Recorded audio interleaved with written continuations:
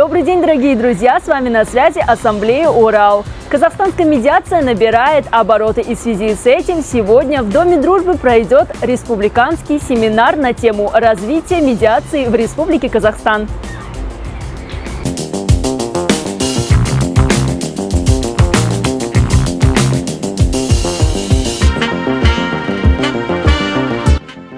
Гостем сегодняшнего нашего мероприятия является Булатов Ислам Булатович. Добро пожаловать в Уральск. Расскажите, пожалуйста, цель сегодняшнего мероприятия. Сегодня эксперты Ассоциации Международной академии переговоров осуществили выездные мероприятия в город Уральск. До этого мы объездили северные города Казахстана, были в Актюбинской области. Цель нашего мероприятия одна, как и во всех регионах, это насущный вопрос развития медиации в Казахстане. Основной нашей задачей стоит развитие медиации в Казахстане. С этой целью мы ездим по всем регионам, областям, доносим до населения, что такое медиация, как его применять. И действующим профессиональным медиаторам мы даем подробную информацию о повышении квалификации, их деятельности и применении медиации даже в сложных вопросах. Тенденция показала, что уровень профессиональных медиаторов можно повысить такими нюансами, как применение нормативно-правовой базы и применение вообще рычагов и методов медиации в решении каких-либо споров, либо конфликтов. Как вы знаете, во всем мире существует около 14-17 методов применения инструментов медиации. В Казахстане зачастую используют один из видов применения медиации, где по решению медиатора стороны взаимодействия друг с другом приходят к одному решению. Но есть и другие, более эффективные способы. Мы сегодня посетили Уральский регион, находимся в Доме дружбы Келесым, и мы хотели бы обсудить насущные вопросы и проблемы в деятельности медиации.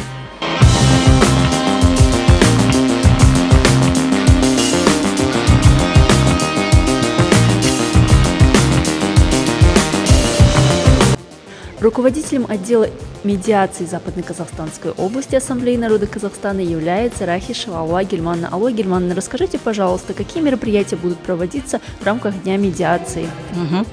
С сегодняшнего дня началась республиканская акция «Неделя медиации».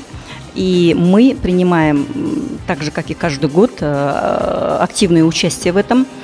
Сегодня у нас будет челлендж республиканский, где наши члены этнокультурного объединения примут участие в этом челлендже, где они будут говорить о развитии института медиации в регионе. И дальше мы передаем Карагандинской области.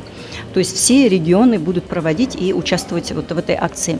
Также республиканское анкетирование, где очень много вопросов о медиации.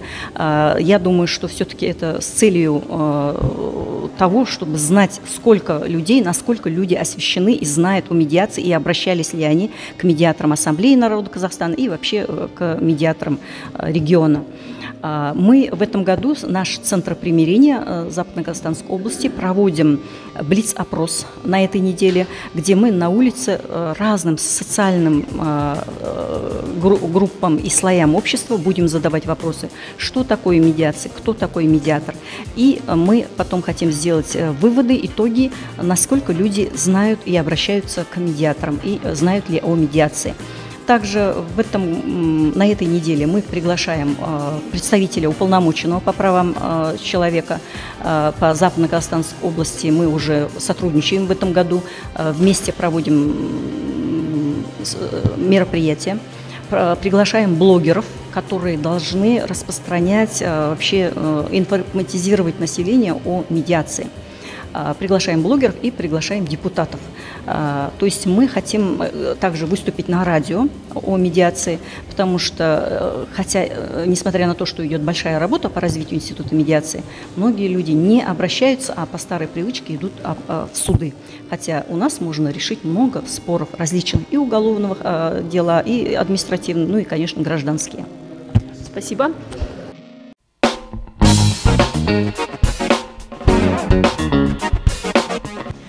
гостем сегодняшней конференции является Карханов Арслан Игоревич. Он является членом Общественного совета по защите прав потребителей при Министерстве торговли и интеграции Республики Казахстан. Арслан Игоревич, добро пожаловать. Мы хотели бы вам задать вопрос о проведении республиканской в честь Дня открытых дверей.